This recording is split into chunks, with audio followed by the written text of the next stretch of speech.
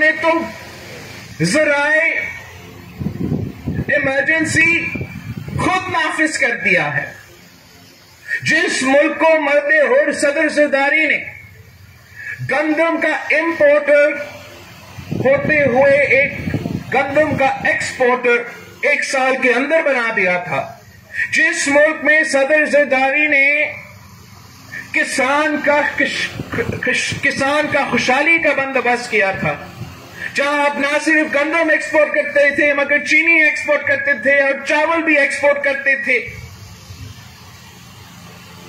آج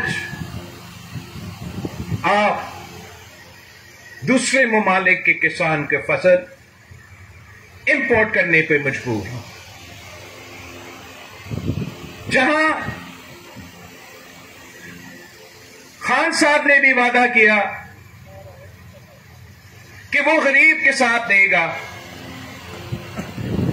آپ نے دیکھا اس نے کیا غریب کے ساتھ دیا، کیا غریب کے ساتھ کیا ہے.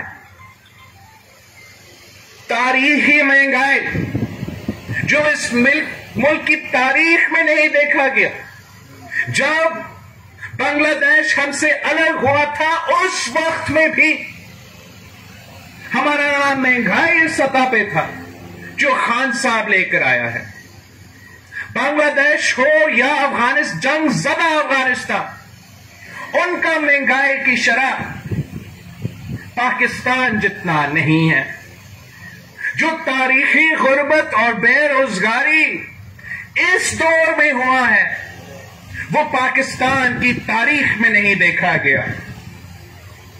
اور جتنا روزگار قائد عوام کا دور ہو، شہید محترمہ بے نظیر بھٹو کا دور ہو یا صدر زرداری کا دور ہو، جتنا روزگار اس وقت کے نوجوانوں کو ملا تھا وہ بھی تاریخ کا حصہ ہے، وہ ایک ریکارڈ ہے، وہ آپ کے سامنے. جس طریقے سے انہوں نے عام آدمی کا جینا مشکل کر دیا ہے، اسی